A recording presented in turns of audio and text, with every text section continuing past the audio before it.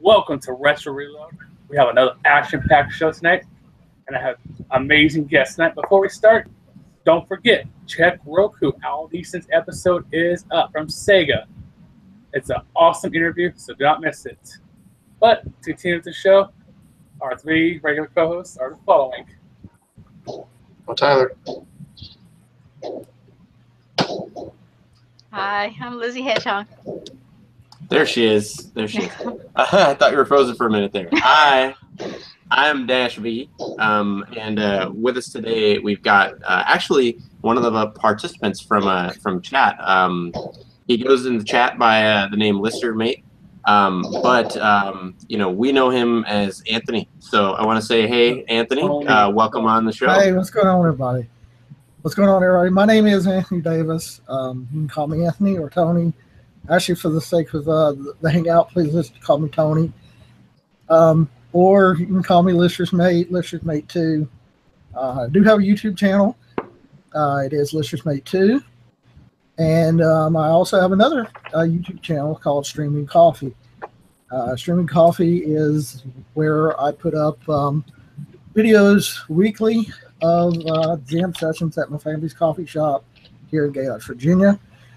And matter of fact, I'm uploading some now, so hopefully I'm not killing the bandwidth doing that.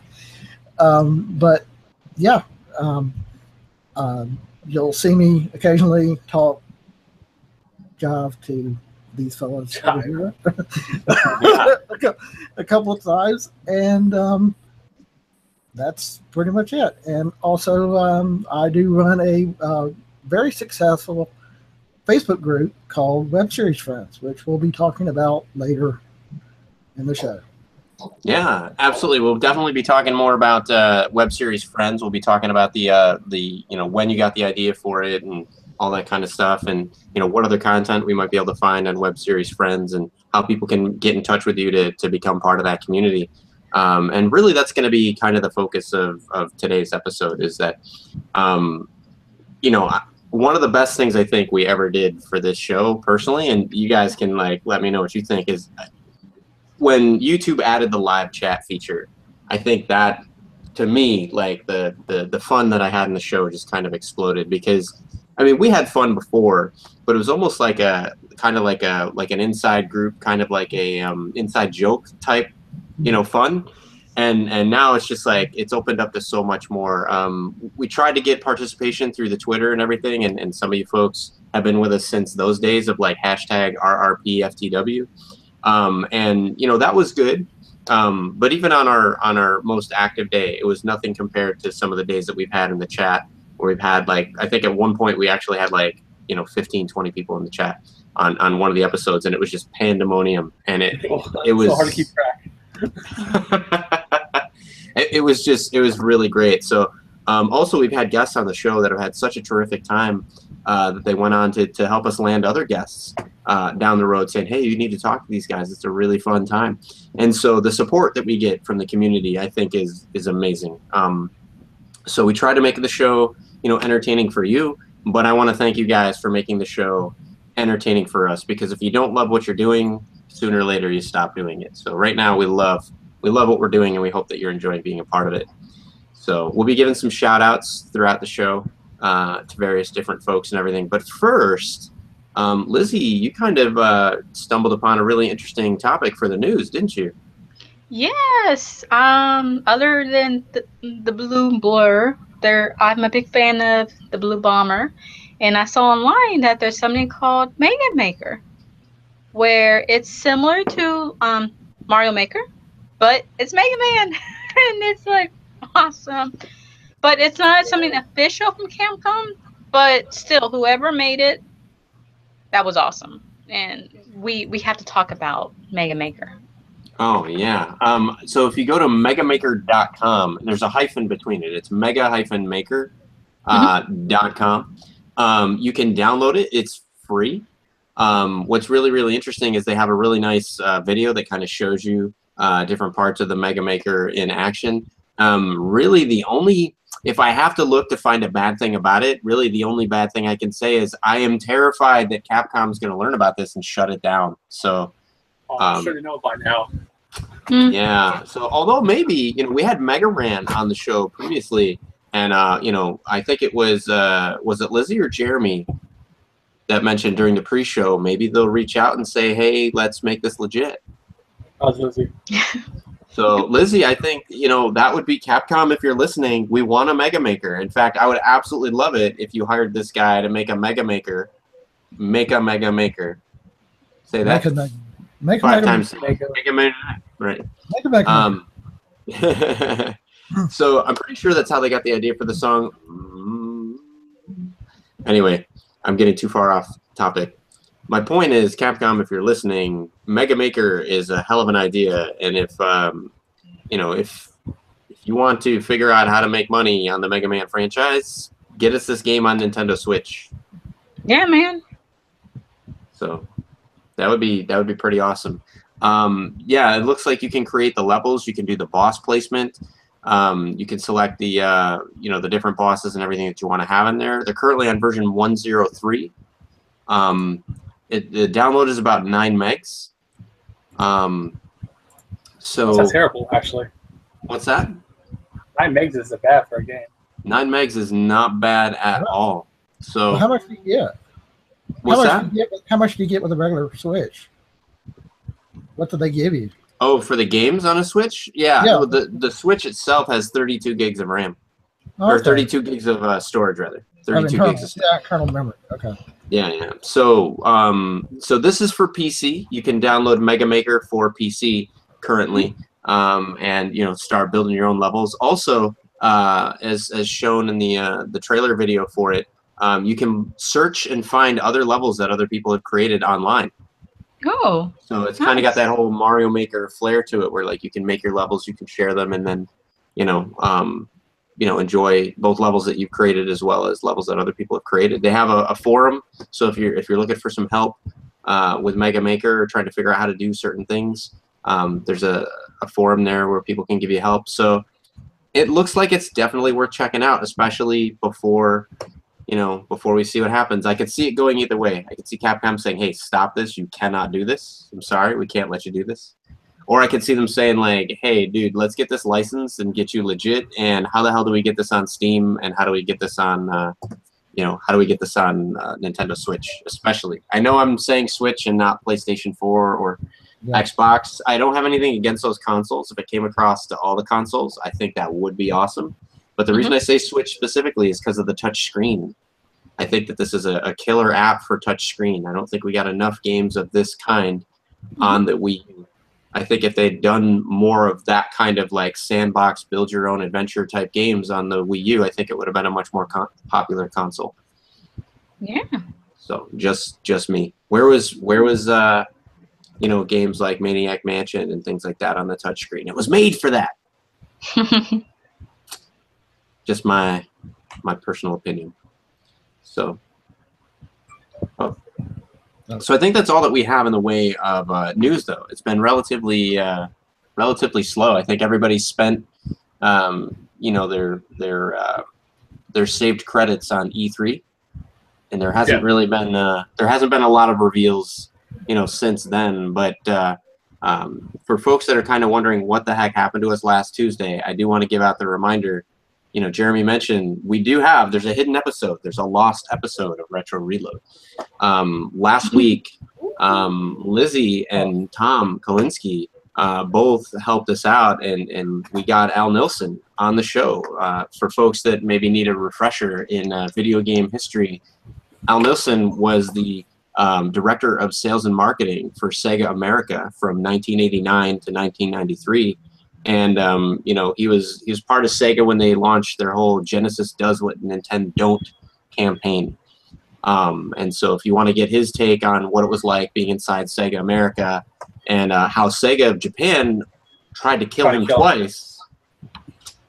That's right. I'm not making stuff up. You got to go check this out. So it's not on YouTube yet because we had to record using Skype. But those of you on Roku, if you add Retro Reload to your Roku box, you just go to the channel store and search for Retro Reload and add that channel. It's free.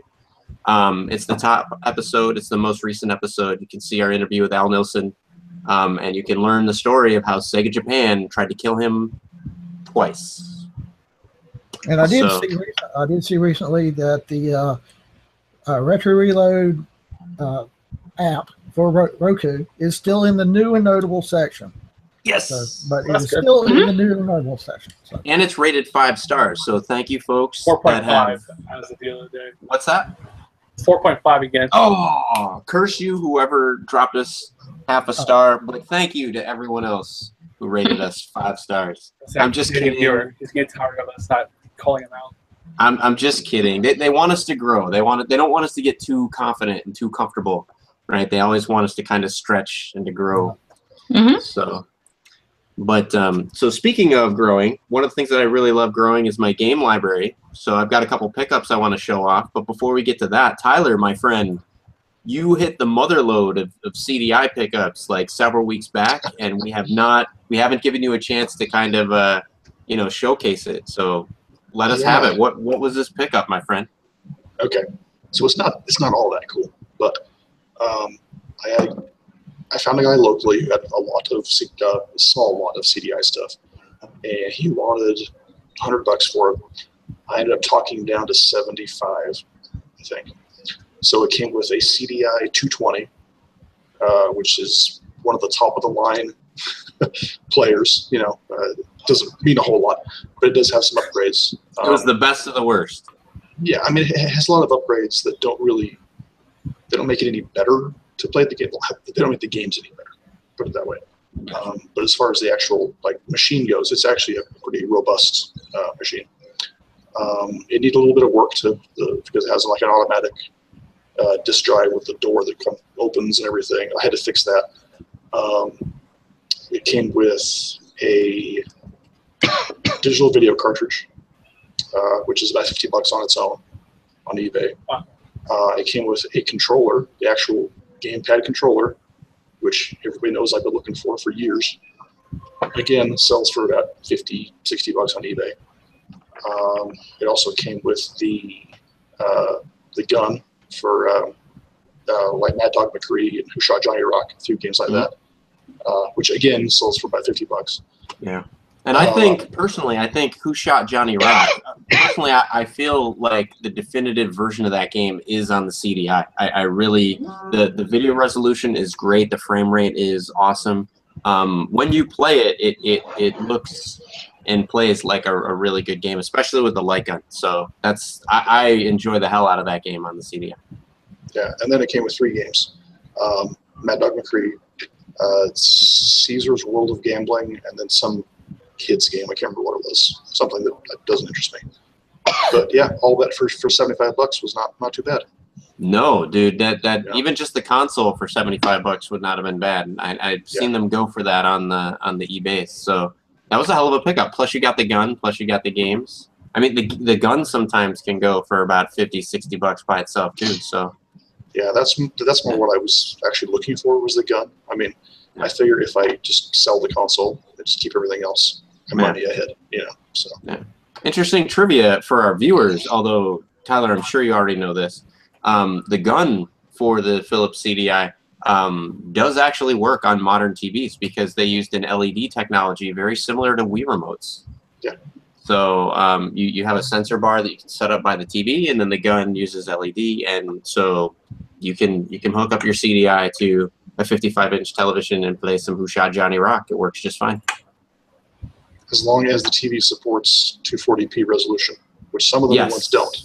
Yes. I made that mistake. I bought a TV that didn't. So. Yeah. So Roku TV supports that resolution. Yes. So, and when you're done playing CDI, you can watch Retro Reload, which Adam Blevins said in the chat, yes, Retro Reload is very awesome on the Roku. I always turn it on to listen to while I'm cleaning on the weekend. You guys are the best. So awesome. Yeah, thanks for watching us. In fact, we also saw a couple of people I noticed on the Facebook. There was a couple of people that actually liked our Facebook page and started following us on Twitter that said that they also found us first on Roku. So welcome to the family, guys. Welcome to the community. Yeah, and follow us on Instagram too. Nobody does, but I might as well. I try to be funny and post funny things. I gave you a plug on my Instagram page. Now what? You did. You were the only person that liked that picture. So Lizzie, what about your pickup? What do you got going on? Well, I paid good money for it. If anyone knows it, you pay good money for it. This is, I just got this in the mail because it's like pretty dang heavy too. But it's the 25th anniversary Sonic art book. And basically, I'm afraid to open it actually. But it's got like tons of artwork, everything about the games. And I just don't, well, I'm going to have to open it. So There we go. I was just saying, my wife got me a whole bunch of Tomb Raider books and then said, for the love of God, if you don't open them, I'm going to be so pissed. Yeah, that's probably, and yeah, probably what my dad's gonna say. Okay, I don't know how much you paid for that, but you better damn open that There's stuff. some gloves so you don't get the oils on there. Yeah. Yeah, like that's how it looks inside. Nice. And I'm just like trying to be very careful with it. It's like it's It brand looks like an new. old trapper keeper. Yeah, but it's really cool. So on the very back, it's kind of like golden plated. You can tell. Oh, that's nice. Yeah, So- 25th anniversary logo there. But it's got like tons of little. Oh, there you go. That came with it. Nice. For everyone who doesn't know, this is Sonic. You know, well, I don't want to mess with it too much, but you know, this is classic Sonic, modern Sonic, and Sonic Boom. I know not everybody likes Sonic Boom, but I think he's adorable. So that came with that. Then it came. Super Red says that's a fancy art book. Yeah, it was like over $100 for it. So. Adam Blevins, I'm going to give you a bonus because Rocco's Modern Life is one of my favorite favorite cartoons from the old Nicktoons days. So Adam Blevins said, and I quote, "Once again, you turn the page, wash your hands. You turn the page, wash your hands. And then you turn the page, and then you wash your hands. And I'm finding I constantly want to throw up." Yeah, because see, it's all sealed in here, so I don't want to open it. I'm afraid to open it. Don't do it. No, not right now. Not right now. So that was my Filbert impression there. No, I'm not gonna open it. Y'all saw the pretty artwork, and this was over $100. So, yeah. Yeah, I'm not gonna open it right now. It looks like they gave quite a bit there, though, right? Because that's a poster, right? Yeah, that's a special poster signed by somebody. But it's really nice. It's like, okay, this is gonna go into a frame. Oh and yeah, I'm afraid absolutely. to open this because, there's people online who write up pictures of them. You know, like they scan it and take All the pictures. pages there. Yeah. But it's like really heavy, so it's like I'm scared to open it. Yeah. But it kind of looks like if you look at the cover, like I know y'all can't see it, but these look like Sonic's footprints. Oh, I can kind of see a little bit. Yeah. Yeah, from that Yeah, so angle, they I can put kind of see. Yeah, so they put Sonic's footprints on it, which is pretty cool. Nice. But I'm afraid to open it because it seems like it's covered in plastic. So I'm like, I don't want to open it. I 100% understand. It's like what Jeremy said. I'm a little bit nervous that I'm going to get my like finger oils or whatever on it. So I would turn the page, wash my hands. Turn the page, wash my hands.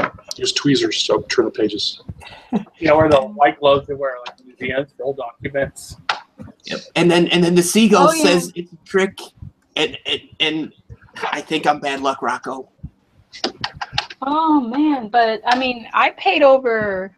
Well, I didn't pay for it. My best friend goes. He was like, "What do you want for your birthday?" I go, "I want that." So he bought it last year. In April. Okay. But yeah, that was my last year's birthday present.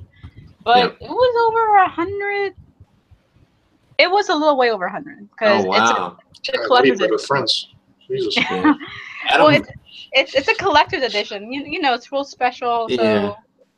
I might open it, look at it, but then you're like, it'll go back on the shelf and it'll never be touched again. And then it'll go in the glass case. Adam Blevins just dropped a bomb. He said that there's a trailer for the Rocco movie coming out at SDCC. So I'm gonna have to check that out. So folks, also worth checking out. There's a game for the Super Nintendo that was kind of overlooked. I'm not gonna say it's a spectacular game, but it wasn't a terrible game either. It's a decent time waster. check out Spunky's Dangerous Day for the Super Nintendo. It's a Rocco's Modern Life game where you're Rocco, and you have to try to guide your dog Spunky from one end of the level to the other. And there's a whole bunch of dangers and everything that you have to try to get your innocent little dog from getting into. So so check out Spunky's Dangerous Day for the SNES. So in terms of pickups for me, Tony, I think you're going to appreciate this because you were one of the ones that kept asking, hey, like, do some more stuff about Atari, right? Jaguar. Yeah. So, also the 3DO too, but. Yeah, so I'm going to show my 2 latest pickups, and my second pickup is actually my pick of the week, so we'll just jump right into picks of the week. So the first one that I got is I managed to get a complete in-box copy of Doom. Ooh. And guys, I am telling you, this box, I mean, there's a crease there, but other than that crease, this box seems practically mint. I have the overlay and everything in here. I've got the manual. For anybody that's never seen inside of a Jaguar box. So this is the actual, let me floor it for a second. This is the manual. So nice thick manual. Very, very, very thick manual. So it's American too. Back when made in America. So here's the overlay for Doom. Yeah. So now I know a lot of people give the Jaguar controller shit because it's got this big keypad and all this other stuff. And, if the purpose of the keypad was to serve as action buttons while you're playing the game, it'd be a pretty clunky and cumbersome experience. But I have to say, for a game like Doom, where you want to do weapon switching, you want to do toggle the map on and off, things like that, this is really good. They actually give you an icon of exactly what weapon you're going to get. Mm-hmm. So instead of like all the other implementations of Doom where you have to like cycle up and down through the weapons, like if you want to go from the pistol straight to the rocket launcher, you can, as long as you have those weapons. And then, if you want to toggle the map on and off, you can. So I really kind of enjoy that aspect of it. Chris, I don't know if you know this or not, but there is a code that you can put in, and you can use the pound symbol and the other symbol there, and it makes the rapid fire button. It makes a rapid fire. You know how like the NES Advantage? Yeah. You used to have the button, and you press it, and it'll be a rapid fire. You can make rapid fire on Doom. That's pretty cool. I'm going to have to check that out. The cartridge in here also is pretty close to mint. So the cartridge is in immaculate condition. And then what's cool is the inset is almost like a 32X box inset. So the game kind of sits in there like that. So I'm really happy with that pickup. And also, for the time that it was released, right, there have been better versions of Doom released. In fact, the PS3 version of Doom is amazing.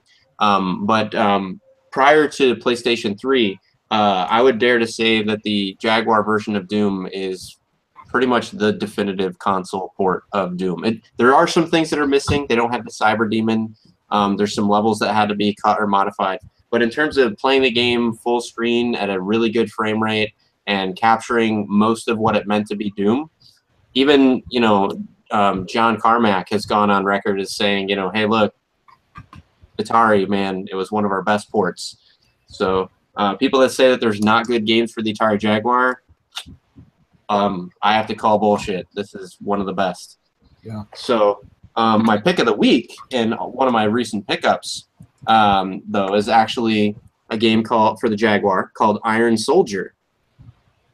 And what was really impressive is I recently got this on eBay. Guys, I paid $20 for this game, and I swear they packaged it like it was $1 million game. It's amazing. Like the eBay seller actually gave me like a plastic case for it. The game itself is still in the shrink wrap. And so this is really the only complaint that I have, right? And we've talked about this before on the show. I bought this game to play it. When you have a choice between a $20 game that's unopened and a $20 game that's cart only, what are you going to do, right? I want to have the inserts. I want to have the manual. I want to have the box if possible, because the box art, I mean, look at this. The box art for the Jaguar I mean, that the box art is gorgeous on this, right? I mean, it's just really, really impressive. It's a shame the Jaguar did not do, as well in actual sales as they did. They clearly put a lot into these. And, this is kind of like a mech warrior type game. You're in a giant mech and you walk around and you shoot missiles and you blow up tanks and planes and all that kind of stuff. There is a sequel to this, Iron Soldier 2, which is available on Jaguar CD, or there's actually a port of it to Jaguar cartridge. So there's a couple different ways to play Iron Soldier 2, but the thing that's going to break my heart is I got to open it. I got to open it. I'm not going to do it on the show, but I got to open it. And this isn't the only game. There's other games that I've seen where, like, I can get the cart only for $40, or I can get it, like, completely new with everything. For $50. I'm gonna pay the $50, but then I gotta open it. I want to play it. I'm not gonna buy 2 copies of the game. So, but yeah, it's still really easy to find Jaguar games. They're not cheap. Like I said, you're not gonna find this game. I got lucky. This game you can find for about $20, which is part of why it's my pick of the week. A lot of people. It's a good game, but a lot of people either didn't hear about it or didn't take advantage of it. For whatever reason, it hasn't shot up in price. Like, this game, I think Doom cost me $70 complete. This cost me $20. So, yeah, you could still, Jaguar is definitely not cheap to collect for generally, but if you want a good game to start off your collection or to round out your collection, $20 can't go wrong. Iron Soldier is a solid game. Adam and Brad said, "Open it now." Inhale the new smell. Open it live right now. I can't bring myself to do it. I can't bring myself to do it. So I tell you what. When I do open it, I will open it on the show one time while we're live. But I can't bring myself to do it today. I have to. I have to get to the point where I just want to do it. So, but Tony, my friend, you've got a retro pick of the week that you brought on the show, right? Actually, it's not a new pick for me. It's one I've had for a very long time. Yeah, go ahead and share that with us, my friend. But yeah, don't know if anyone remembers this game or even knows about this game. This isn't the original, but it's called Fate. There was about 5 games of the Fate series.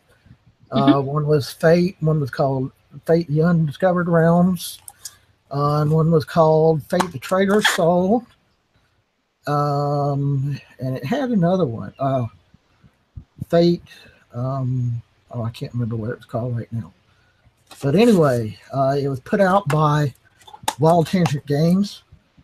Wild Tangent Games was very adamant about installing pre-loaded games onto personal computers, desktops, laptops, whatever, and you would get about 7 to 10 plays out of it, and then you have to buy the thing, or either go to the store and buy it like I did.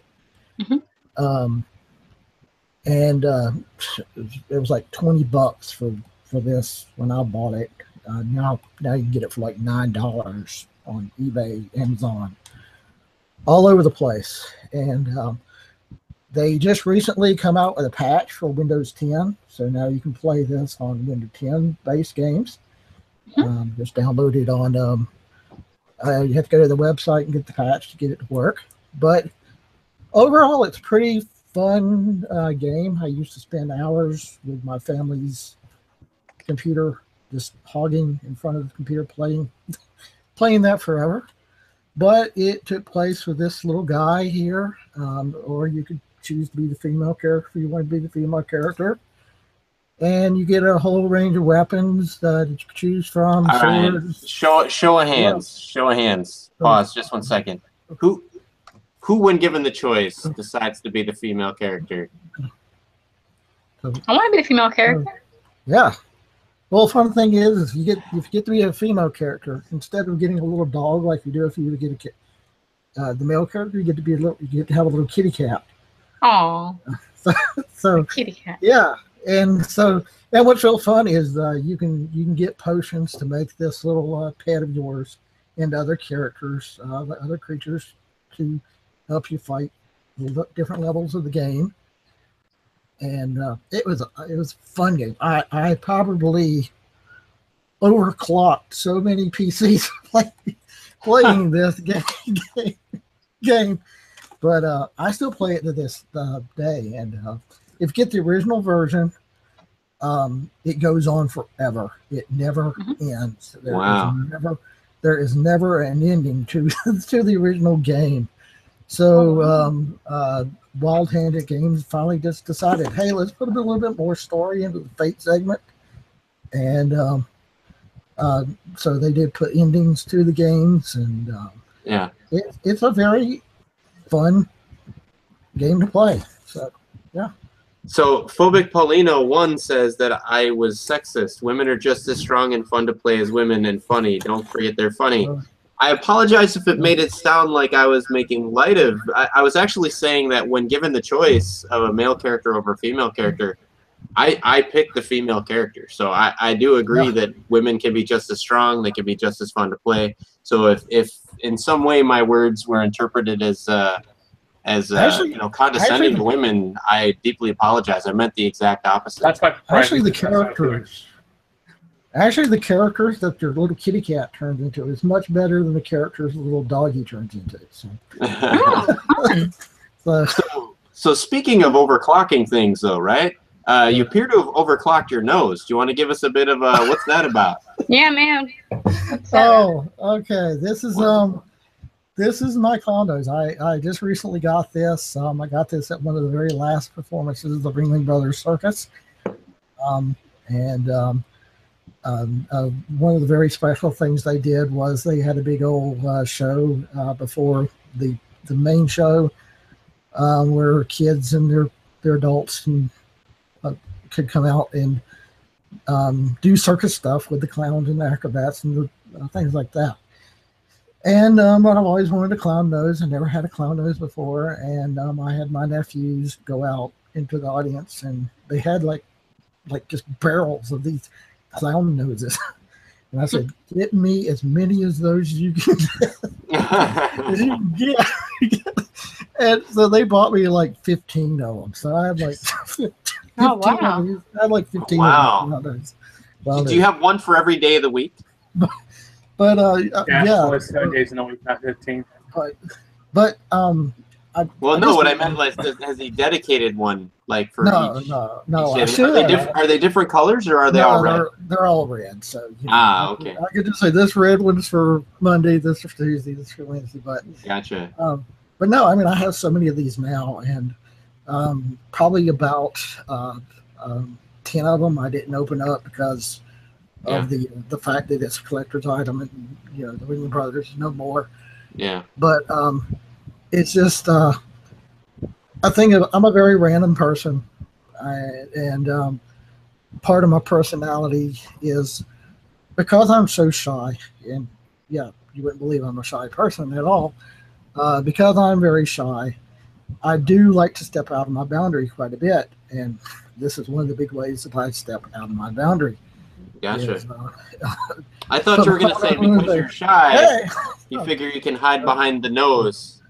So, in a way I can, kind of hide behind this and whatever. And it's great. Yeah. I just put it on. It prevents a lot of family fights. It's hard to be mad at somebody that's got a big red clown nose, right? It's fun to wear around my coffee shop. It's fun to wear around street festivals. I just love just having it on because it's just become part of me. So Phobic Paulino says, do you have a water-cooled rig for your nose? So no, I wish it did. And I wish this was one of those that honk, but I wish it didn't. I really always wanted it to be. But they didn't give those out, and I wish they did. So Master of Disaster says he didn't know he liked Mega Man. Like, he's not saying that he didn't know that you liked Mega Man. Master of Disaster is saying that he himself didn't know that he himself liked Mega Man. I don't quite follow, Master. I asked him what's his retro pick of the week. He's saying, I don't know. I like Mega Man. Okay. Thank you for putting it into context, Jeremy. I thought it was like it's just this realization hit him where like he's on the show and all of a sudden he's like, you know what? Wait a minute. I I like Mega Man. I like Mega Man. And you know what? Wow. That is okay. There's nothing wrong with liking Mega Man. You can like Mega Man, and we will not judge. I don't I'll know. judge. I love Mega Man. No, yeah. Big shout out to my boy AR. I went to his wedding this weekend. It was awesome. Thanks for the invite. He asked for a shout out. That's why. Awesome. So while you're stealing the limelight, Jeremy, do you have any pickups or not pickups, but retro pick of the week? Teenage Mutant Ninja Turtles for the NES right behind me. I picked it for Tony. Yeah. Have you beaten the game? The only one I've actually ever played was Turtles in Time. Actually, at my church we used to have the big box of it. So Yeah. Has anybody beaten that game? I can get all the way to the shredder. I can get to the shredder with my last turtle on the last bar of health, and I die instantly. Damn you, shredder! I beat him once, but it was a Game Genie, so it doesn't count. But without Game Genie, without any cheating, I can actually make it to shredder. I just never have enough to actually beat him. Yeah. So. I think they rigged that game. That was back when Nintendo, wasn't afraid to let games be released that were like ridiculously hard, right? So you didn't have to be beatable, right, by the normal person to get the Nintendo seal of quality. I could get halfway through the shredder. I can get halfway through, but I never did beat it. But I get halfway through. And part of the reason I got a little further than you, Chris, is because I always use the NES Advantage, and I would use the Rapid Fire NES. Yeah. I use the Power Glove because it's so bad. Yeah. I'm just kidding. I want this water one too for some. A friend of mine, Eddie Power, right? Eddie Power, who sent me the TurboGrafx 16 stuff that we showed many, like last year sometime. He has a Power Glove, and he says it's terrible, but he's never getting rid of it. Oh, you can get rid of this. That's a cool item. Yeah. You were gonna say, Tony?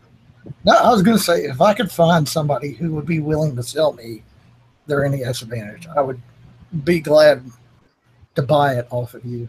Oh, the Advantage or the Power Glove? Yeah, no, the NES Advantage. I loved it. It was this old style. It had the AB button and the little joystick. Oh, yeah. I have somewhere here. Where is it? I used it so much that the last time I tried to use it, Actually, I have one. I just looked up there. I do have one up there. Nice. Very nice. I overused mine so much that it finally said, no. I think I ever used mine. So, Lizzie, what's your pick of the week? Well, my pick of the week is a retro game, of course. But I'm going to cheat a little bit because I consider it retro because I never played it when I was younger. It was recently remastered. So I'm sure a lot of you can guess which one it is. It is Crash Bandicoot. I completely ignored this guy years ago because my focus was on that guy. So I got this. I bought it myself. I took a peek at it, and it's actually pretty dang hard. I thought it was going to be like easy since it was like kind of like the 90s games, but no, this thing is kind of hard. You put it in, it's pretty cool, and he just runs around. So right now I'm just exploring. I'm trying to figure out what to do, but I died too many times. I don't know what to do. So I've just been watching the walkthroughs on YouTube, so I can see how do you play, what do you pick up. I figured I had to do the tornado, but then I fall off a cliff and I go, oh my god. Yeah, I'm so bad at this game. Yeah, Robert got really excited. He says, bleep, yeah, Crash Bandicoot. Yeah, man. But I'm going to keep trying. I mean, I owe him a chance to keep trying. As long as I can stop going in a tornado and falling off a cliff, I'm fine. That's awesome. So you have to give us a follow-up in a couple more episodes of what you think. Tyler, my friend, you have a pick of the week that you want to share with us? I do, as a matter of fact. Mine is probably the last EA game that I really cared about. Mm-hmm. And it's really Madden 2017? No, it's really old. Desert Strike for the Sega Genesis. I love this game. Cool. And I have it for the Super Nintendo also. Actually, no, I don't. I lied. I used to rent it for the Super Nintendo, but I bought it for the Sega Genesis. They're pretty much identical. I'm not aware of any huge differences, but the game is just awesome. I don't know why, but I love it. That's all I got to say. I don't know. All right, awesome. I know. Awesome. Well, So with you're that, saying you didn't enjoy Battlefield 1, Tyler? No, dude, I can't get into it. I tried. I just I warned you. I warned you. I don't know. That's all right, Tyler. That's all right. I think I'm going to go out on a limb here and say, so a game that I tried to get into, I was successful. I was able to get into it, but I still didn't feel as much love for it as other folks, and I'm going to get a shitstorm of flack for this one. Legend of Zelda Breath of the Wild. So here's the deal, right? I've gotten all the memories. I've gotten almost every single shrine. I've got like 3 stamina bars and like something like almost 20 hearts or whatever. So all my earlier quibbles about it aside, overall, because I've been playing the game off and on, I've gotten all the way to Ganon. I didn't want to beat him though because I knew there was one more memory that I had to pick up, so I left the teleport medallion like right by his, Teleport medallion? Yeah, there's a teleport medallion. It's part of the EX. It's part of the DLC package. Oh, okay, that's why. So yeah, you can get a teleportation medallion. Literally, like just before you walk in to fight him, I drop the medallion right there, so I can teleport right back to fight Ganon at any point that I want.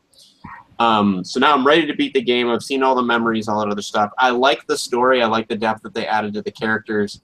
I like the open world feeling to it. That said, for everybody that was giving this game 10 out of 10, there's basic camera issues that I had to fight with the entire game that reminded me of things like Shadow of the Colossus, right? Like these are bad camera problems that have been fixed a billion times by every other developer. To me, it's not acceptable that a AAA title like Breath of the Wild can have basic camera wonkiness where like you basically have to ride the camera the entire time you're playing the game.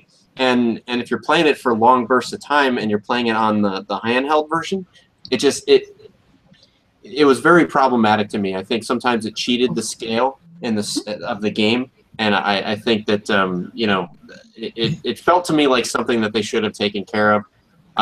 The other issues we did the same thing with Link Oracles of Time. They did the same thing. They had a lot of camera angles, a lot of problems with that, and it just seems like something. Yeah, to me, it just seemed like something that they should have perfected. The gameplay is ridiculously unbalanced. I mean, there's times when I hit the shield button, and it's not a controller issue. There's something with the animation where like I'll be hitting the button for Link to hold up the shield, and he just won't hold up the shield. Like I have no. You've had that happen too, Jeremy? So like how the hell? Yeah, when they make blocking such a big deal. The other thing too is the shields and the weapons break ridiculously easily. I've been in some battles where like which irritated me. What's that? Can't repair stuff either, which irritates me. Oh, right. The only thing that repairs itself is the Master Sword.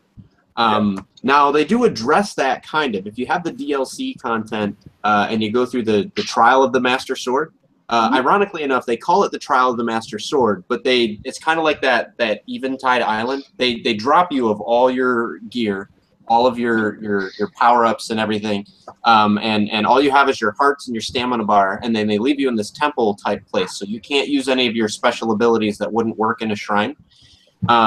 Which gets me to another complaint I'll get back to in a second. But so you go through this whole trial of the sword, and then if you make it through, it's like 40 different battles repeatedly. And when you make it through all 40 levels of those battles, then you get a Master Sword that doesn't break ever, which is kind of cool. But they really make you work for it. That I don't mind.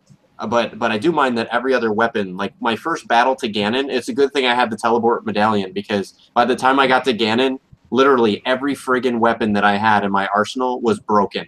And so I had to just teleport out and just run around collecting weapons and everything so that I could go back to make sure that I'd have enough, depending on what it is that I'm going to be fighting Ganon with. So that was kind of a disappointment to me. The other issue that I'd mentioned that I said hey, I'll come back to this. It really rubs me the wrong way that they make this big deal about early on. You gain all these different, you know, as you fight the guardians, right, and you unlock different abilities by defeating the guardians.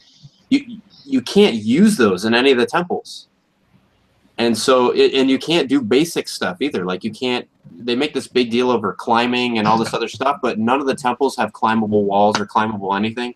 And so a lot of the challenges in the temples aren't difficult because they're actually difficult. They're difficult because they strip you of like everything that made the game like outside the temple great and fun to play. They rip all that stuff away and give you back like basic walk around, push stuff, jump, you know, kind of stuff. So I thought for me, like the temples should have been more about how do you perfect and use these different abilities. You know, are there different ways to solve the temple if you've actually beaten a certain guardian first and gotten like the super jump ability or something like that.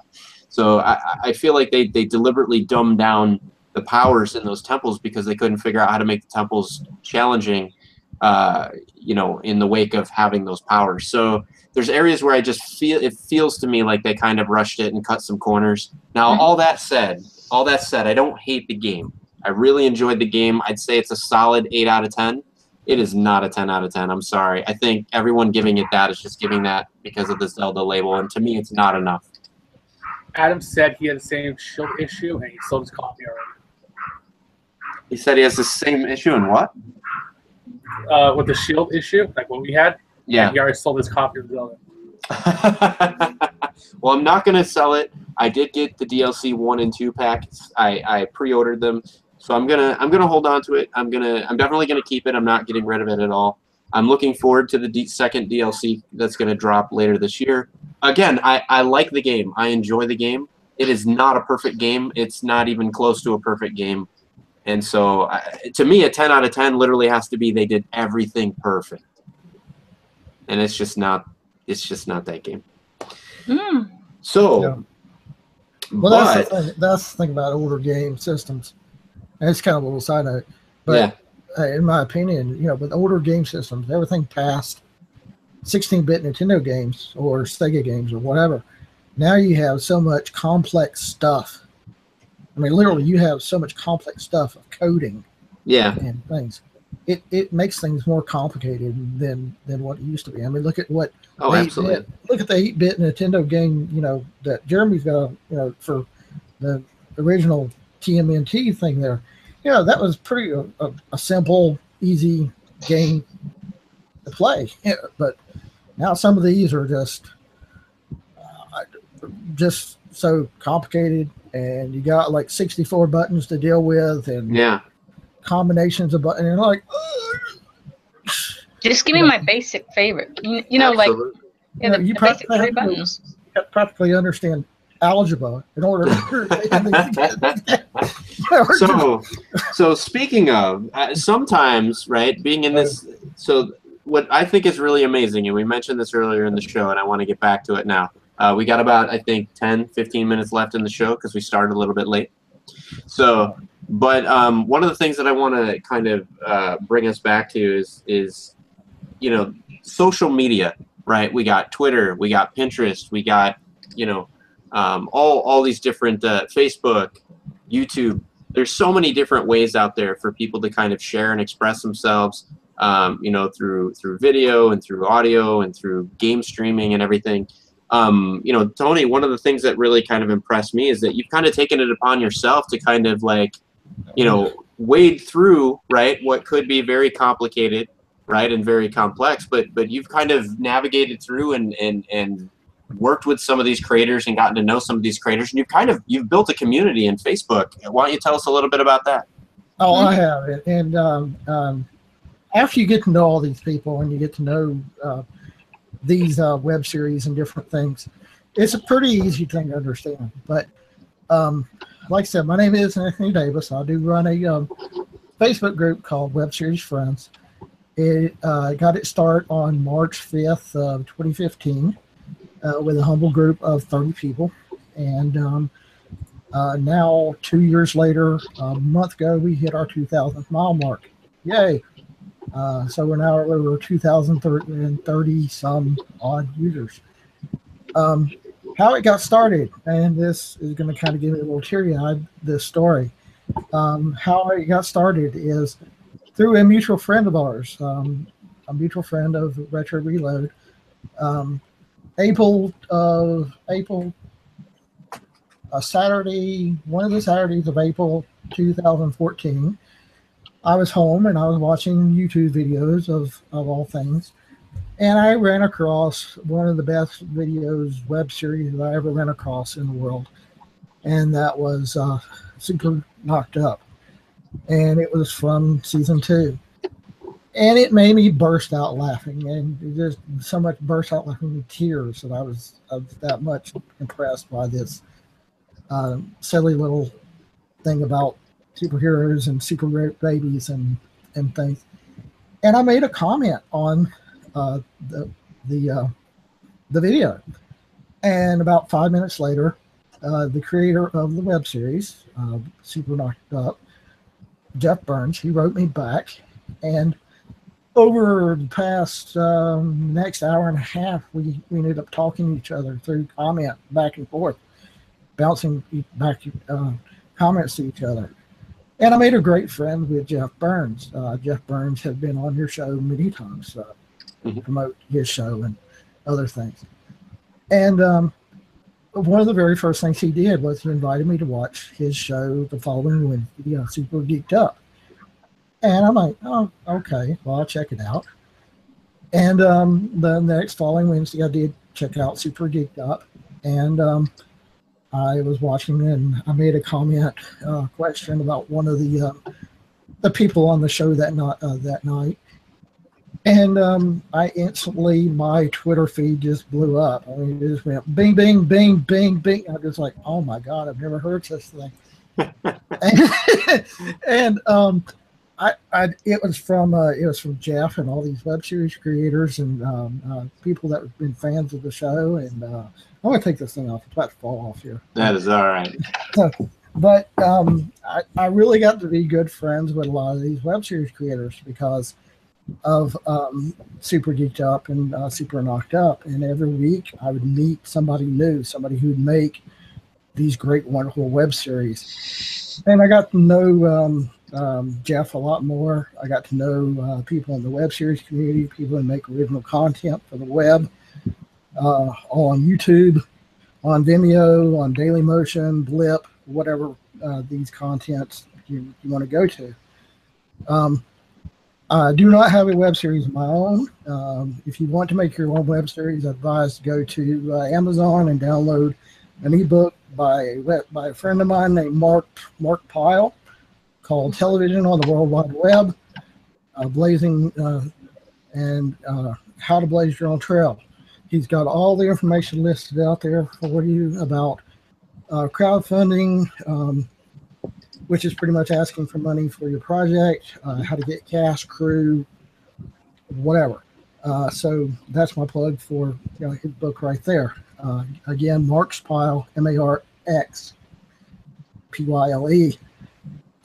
But what I do, and what I do is about a year later, after April of 2014, I was sitting there with my tablet. Now, a lot of people in the web series community, and I know a lot of people that I could probably influence.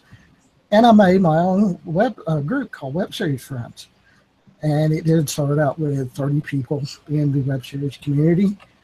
And I promoted it a lot every day, little by little, with Jeff's help, with Mark's help, with people like Vanessa Viduga, who does a great web series called Justice Woman, Chris Hadley, who does a web series called The Late Late News. There's a bunch of stuff out there. And I thought, of all the time that I have gotten involved with the web series community, there is so many great web series sites out there that promote web series and do web series, but not a single one of them help the web series community by helping them find the connections and the resources they need. And so I thought, hey, I'm going to do that. I'm going to take it upon myself, and I'm going to make a web page so that people can come on, promote their stuff, ask for what they need help with. As far as, you know, we need help for our funding, where can we go, what can we do, can you give us legal help, whatever. And it has grown to the point that it's almost become my little monster. But I just love that I'm able to help the web series community so much. Especially a big shout out to Jeff Burns. Jeff Burns, when you see this, you have changed my life tremendously. And all these people really have. You found Retro Reload through a crossover that we did with Super Geeked Up, didn't you? Yeah, I found Retro Reload through Jeff Burns, and he did. Matter of fact, he was on a hangout. Super Geeked Up. You did a hangout with him one day. Yep. So that's how I found out about your show. So I started watching because of Jeff Burns. So now, did you know that for Super Knocked Up Season 2, Jeff Burns wrote it and directed it and produced it. But did you know that there were 2 directors of photography for Season 2? One of them was Gary Flugge, who is a great guy, and he's doing some awesome stuff out there in the industry. You can look him up, Gary Flugge, Flugge. But the other director of photography was... Yes, I didn't know about you. Yeah. So I also did the visual effects for Season 2, along with someone else who's really awesome, also doing really great things in the industry, Daniel DeFabio. So he's done he's done visual effects for other films and stuff like that. Bring It On is one of the films that he worked on, as well as a handful of others. So you can look him up on IMDb. But so he's a member of Web Series Friends. Yeah. So also did editing, color correction, a whole bunch of stuff. So Jeff and I go back a ways. In fact, I kind of owe my being here on the show and everything also to Jeff Burns, but in a slightly different way. I first got into social media, and I reluctantly went onto Facebook because members of my family were on Facebook and they were sharing pictures and talking about different family events and all this other stuff. And I felt like I was kind of missing out. And so I went onto Facebook to kind of follow what my family was doing and stuff like that, my extended family. And, one day I edited this video, this home video of myself and my son. We were at Gettysburg, and my son was rambling about dinosaurs and everything. I'll include a link in the doodly-doo if folks are interested. But my son was rambling about dinosaurs, and at the time, he's like 7 or 8 years old. So he's just going on and on about dinosaurs, and the weather's all rainy and overcast and everything, and I have to keep wiping the camera off and everything. And so when I finally, the grandparents hear this story about their kid in Gettysburg talking about dinosaurs, and of course they want to see the video. So I start dump the video to my computer, and I've got 45 minutes of my son rambling about dinosaurs. I love my son. It was funny. It wasn't sit there and watch it for 45 minutes funny. I'm sorry, right? And so I start editing it down in iMovie, and as I'm editing it down, right, I'm like, wait a minute, it feels like there's a narrative here. Let me see if I can get some music to it. Maybe that'll help, right? So I add some music, and I find this really dark, brooding music. And all of a sudden I'm like, whoa, wait a minute. This kind of seems like one of those documentaries of uncovering a conspiracy type thing. And so we ended up making this mockumentary called, called Dinosaurs in Gettysburg. And I added subtitles to it and everything. And it was just my son freestyling and then me editing it and putting it to music. So I finished this, I cut it, I uploaded it to Facebook. I accidentally had the permission set to public because none of us knew how to use Facebook back then. This was over 10, 15 years ago. And well, no, I'm sorry, too long. About 10 years ago. This is about 10 years ago. So, but anyway, so yeah, I had it set to public. I uploaded the video. I go to church. We come back from church and over 150 people have shared this video, and they're all everybody was loving the hell out of it. So my son and I did a whole bunch of like, we're like, wow, people kind of like it. And that was just like by accident. Like, what could we do if we did this stuff on purpose? And so my son and I, for a while, were doing like every weekend we'd come out with a new video. And they weren't spectacular videos by any means, but I was learning, like, that was how I was learning cinematography. That was how I was learning camera angles. That's how I was learning, and you'll definitely see a progression. Like the stuff that I originally did, like film-wise, was like terrible, like bad lighting, bad effects, whatever. But the story's kind of, maybe like, funny enough for like a father and son messing around. But Jeff calls me up one day. This was for Super Knocked Up season 1. Jeff calls me up one day and he's like, dude, I'm down a director of photography. I don't remember exactly what happened. I think somebody got sick or something. I mean, things happen. Like when you have a filming schedule as large as his, not every single shoot is going to like everybody come together like clockwork. I mean, a bunch of them they do, but then, people get sick, people have issues, things come up, there's schedule conflicts. So he was in one of these situations and he's like, dude, I really need your help. Could you please come out and be my DP? And I'm like, dude, like I'm making videos in the backyard with my son. Like, and he goes, you'll be fine. Like, just come on out and I'd really appreciate it. If you're willing to do it, I'd really appreciate it. And so I went out and this was the episode in season 1 where Natalie, she was Natalie Bain at the time. She's married, so her name's different now. I don't remember the new name. But Natalie Bain, who was the original Dark Star, both of them did a fantastic job. But I worked with Natalie first. So I'd been a fan of her work because I'd seen her in other stuff. So I actually got to meet her, which was like really cool. Got to work with her. She's a fantastic person. Everybody that Jeff works with are fantastic people. Oh, yeah. And so I just had a really excellent time on the set. And that was the one where we blew up an apartment. Like I'm talking like if you haven't seen, that was I think the very last episode. Yeah. Yeah, season 1 when she finds the bomb strapped to the back of the monitor and there's this giant explosion and she gets ejected out of the apartment. So I did the we discussed like how we were going to actually do that scene. We planned the whole thing out, what was going to be physical, what was going to be, visual effects and all that other stuff. I had no idea at the time that I was going to be called in to actually film all that stuff. And it was absolutely a blast. And then based on that interaction that we had and how well that went, Jeff called me back and said, later, hey, I'm doing a season 2. It's crowdfunded through, I don't remember if it was Indiegogo or Kickstarter, but he'd crowdfunded it. And he goes, dude, if you want to come out here, man, let's make this happen. Let's get out here and make a season 2. So,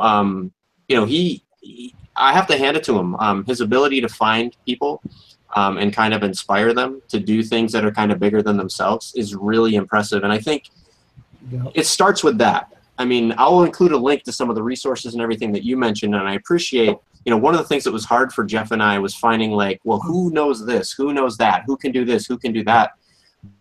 So, Super Knocked Up was kind of a, like, who we were lucky and fortunate enough to know.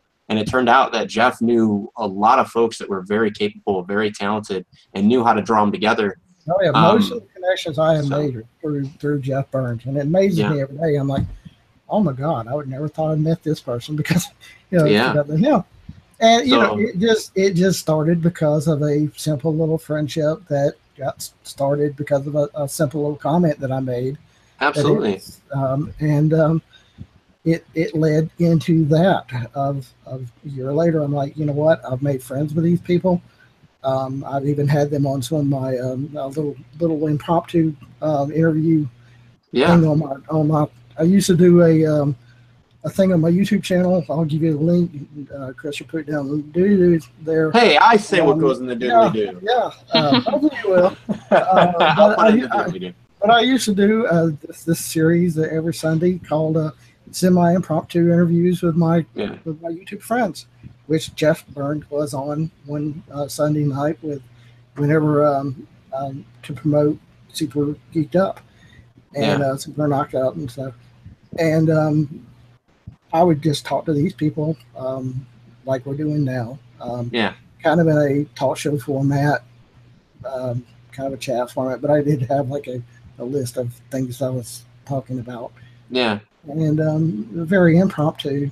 Some of the most craziest stuff happened that I'm like, oh my God, Can't believe that. That's what I loved about the series. Yeah. And, Yeah. but I decided just because of that, I'm like, you know what? I need to do something more. And I decided I'm a very giving person. I love to listen to people's stories. I believe that every person has a voice, and every voice deserves to be heard. And sometimes the voice isn't heard and needs somebody to say, hey, listen to this for a few minutes, or just get something out of this. And, well, I definitely appreciate, Tony, everything. I appreciate you being a fan. I appreciate you being in the chat. I appreciate, there's several people in the chat right now. If I don't mention your name, I don't mean anything by it. But, like, there's certain names that you see repeatedly in the chat, right? Like Master of Disaster, I've seen you a handful of times, right? Adam Blevins, I've seen you time and time again. It's been great. There's been a whole bunch of folks. Robert Walker, like, you found us recently, and you've been showing up nearly every single episode, contributing in the chat. So I think that's that's great. Tyler Pugmire, I don't know who you are, but thank you so much for your interaction there in the chat. but just to say real quick, if you do have a web series or thinking of making one, please read Mark Pyle's book, Television on the World Wide Web, Blazing Your Own Way. First thing, read that. Second, go to Super Knocked Up, which the new series starts tomorrow, the 26th at 11 o'clock.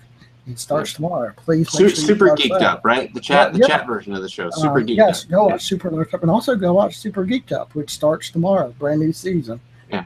Awesome. Check out all those interviews and things that Jeff has done.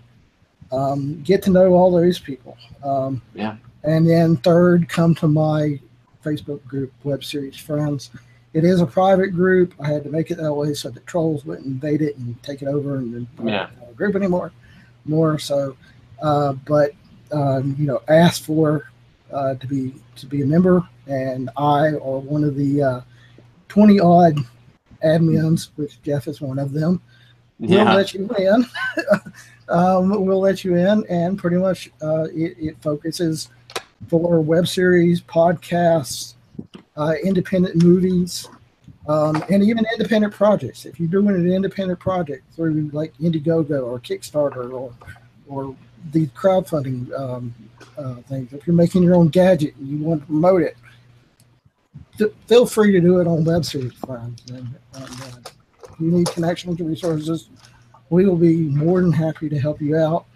No questions asked. We don't ask for money. I don't ask for money for it, even though I have gotten paid a little bit over the counter. I've gotten paid a little bit here and there, a few, like a few other stuff. But I don't ask for any. I don't ask for any money for it, just because I believe that every person has a voice, and every voice needs to be heard. And I will be an advocate for a person who wants to be heard. If they need to be heard, we definitely appreciate that. So if you're somebody that's been watching any of the shows or any of the content that we mentioned, or even other stuff that we haven't mentioned, like if you're supporting, one of the things that I think is really great to kind of mention out there is that I went to see with my wife and my son on Friday Spider-Man Homecoming. You know what? I loved it. It was a fantastic movie. I really enjoyed how Marvel handled it, and that they have Spidey back in the studio. It was really good. But you know what? It's a completely different feeling when you're watching something online, and you're able to interact in the chat, and you're able to interact with these folks pre and post show on Twitter. When we ask questions, when we throw those questions out there, we love seeing you guys post your pictures, seeing you guys post your pickups, or talk about your favorite games and stuff like that. We love it when you share, an episode, or you say like, hey, I really enjoyed this episode. Like Adam mentioning, hey, I listen, to you guys on Roku when I'm cleaning. Like sometimes I kind of wonder, like, okay, we spent a lot of effort getting onto Roku. Do people like us on Roku? Do they care? Are they enjoying it, or was that just kind of a waste of my time? So, I understand that there's a lot of other content out there that you could be watching. I really appreciate it when you find my content, good enough to get some of that time. So I think I'm gonna close the show by opening this guy. What do you think? Do you think I ought to open this up? Well, are Jaguar fumes just for the console, or are they just the games? Jaguar fumes. What are you talking about? Never mind. Somebody mentioned in the chat that Jaguar fumes are toxic. I think that was be quiet, Tyler. I'm talking about this guy in the chat, Tyler Pugmire. Shut up.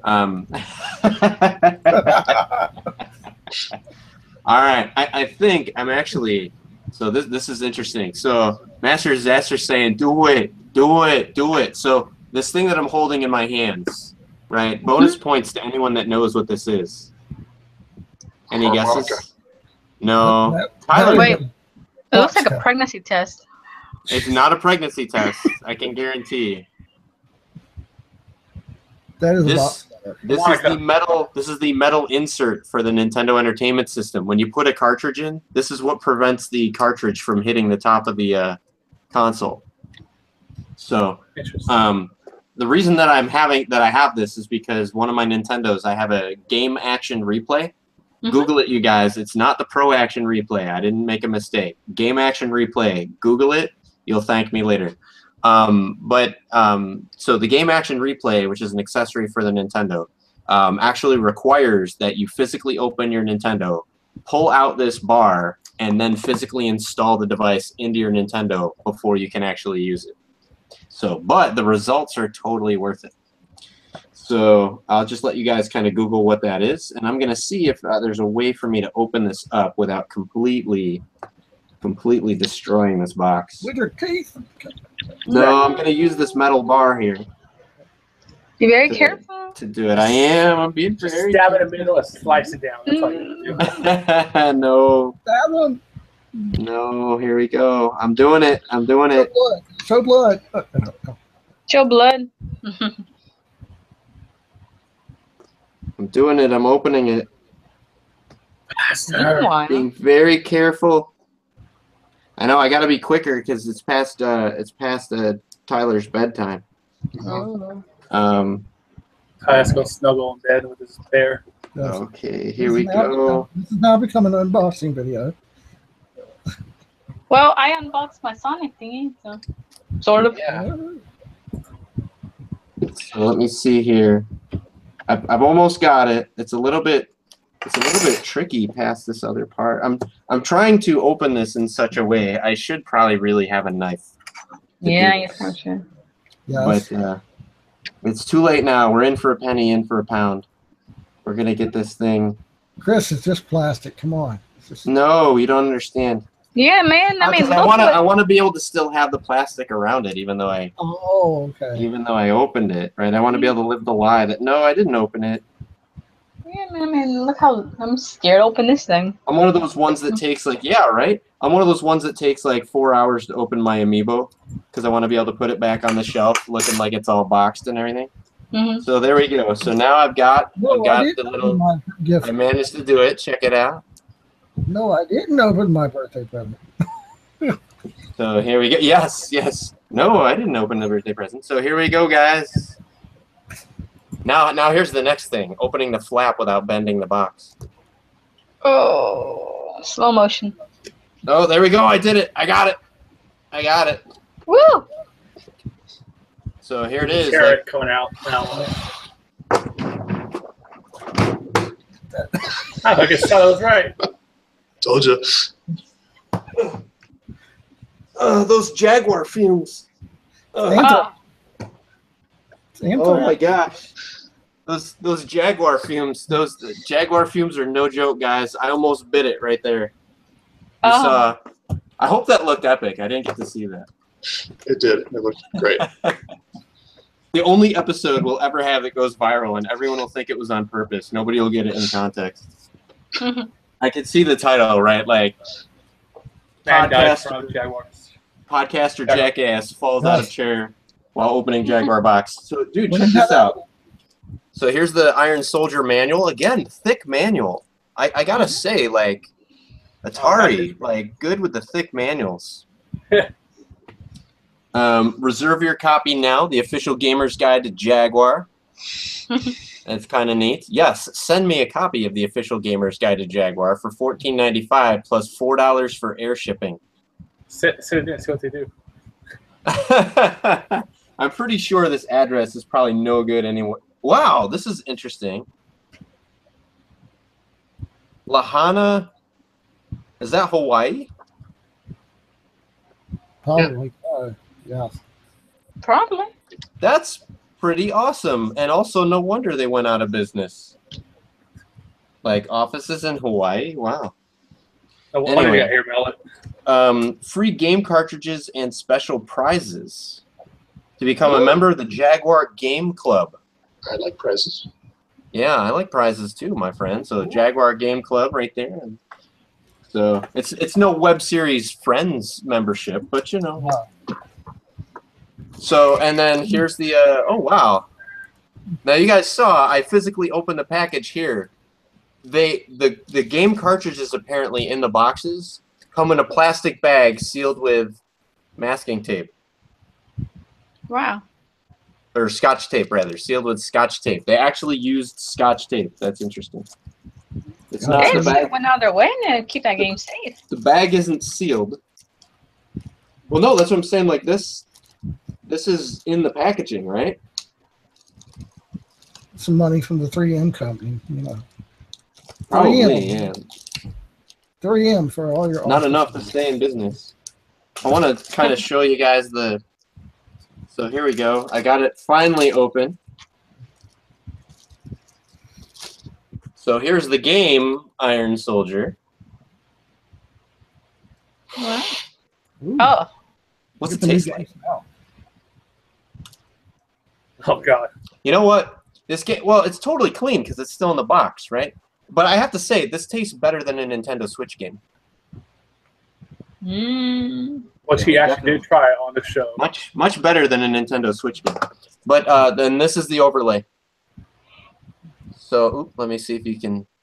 What is that thing? This is the overlay. So Controller. yeah. So they've got a couple of different options and everything that you can pick for like what looks like left shoulder, right hip, left hip, right hand, left hand. I don't know what those mean. I'm gonna actually have to play the game. But so thank you guys. Thank you guys for. What's that? You do the hokey pokey and turn yourself around. I did not damage the box in any way by opening it up. So other than the fact that obviously I broke the seal. So the folks who egged me on, thank you for giving me the. I was really like paralyzed. Like I didn't know if I was gonna have the cojones to actually open it up and everything. But I want to play the game. I more want to play it than I want to see it on display.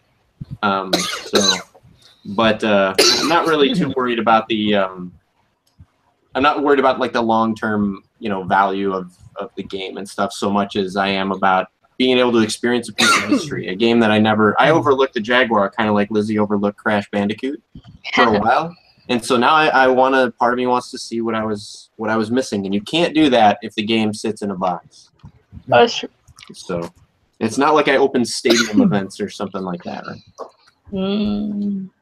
So, all right, folks, this has been Retro Reload. Are you pissed off that I just opened a Jaguar game that's been in the box for about 25 years? Or maybe you don't like what I had to say about Legend of Zelda: Breath of the Wild. Or maybe you don't think that Tyler's, CDI pickup was really all that noteworthy. Whatever it may be, right? You're fully entitled to keep your opinion to yourself. No, I'm just kidding. Tyler appreciated that comment. No, folks, absolutely. Yeah, Adam Blevin says I'm going to wake up the next morning wishing I never opened Iron Soldier. You come screaming from your house. So yeah, I don't know that that's necessarily going to happen. It's not like Iron Soldier is going for $500 on eBay sealed or something. Breaking news: Iron Soldier is the rarest game ever. If you haven't box, you're a billionaire. There's reportedly only one still sealed in box copy that was recently sold on eBay. Worth $1 billion. Right, worth $1 billion. I don't think that that's going to happen. But anyway, folks. We love that you're enjoying the show. We enjoy the fact that you guys, you know, participate in the show. It makes the show more enjoyable. Anybody that has supported us or has supported other folks, not even necessarily us, but just other YouTubers, other Facebookers, other folks on the Twitter, keep that up. If you want to see more of the things that you like, you know, that's the best way to get it, really. I mean, you can tell Marvel what you think of their film, and you can tell Disney what you think of their films, and you can tell these other studios what you think of their films. The likelihood that they're actually going to respond to your individual feedback is pretty small.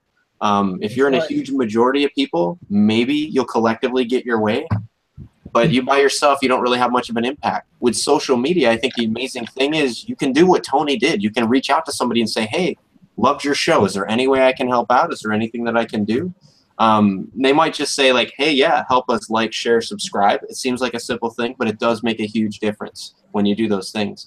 Or they might say, hey, actually, I'm looking for a co-host, or I'm looking for this, or I'm looking for that. You know, I'm looking for a logo or something. And there might be ways that you can help out with some of the talents and stuff that you have. If you're looking to get started, Tony's got some great resources at Web Series Friends. Some of those we're also going to include down in the doodly-doo. You'll find everything you need on Web Series Friends. You'll find links for all the stuff that is you'll need for crowdfunding, different stuff for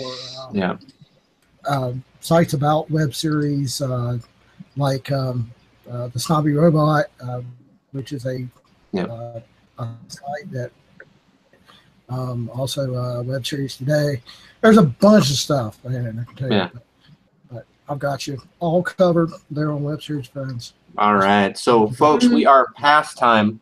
So, Master Disaster, I share your sentiment. I'm sad that this is over, but all good things, my friend, must come to an end. Also, heads up, we are not going to be having a show next Tuesday because I will be in the mountains. But we'll be back the following Tuesday, maybe with some surprises, right? Maybe I'll open up another sealed Jaguar game. Who knows?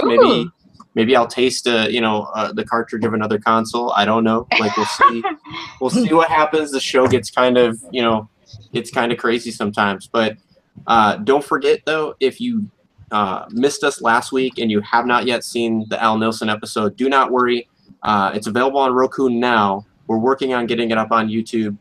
So it should be up sometime between Wednesday and Friday. So check back on YouTube. We'll be posting on Twitter when it goes live on YouTube. If you don't want to wait for it on YouTube, you can add the channel Retro Reload to your Roku box now and load it up right there. So it was an excellent show. One more. There's one more little thing.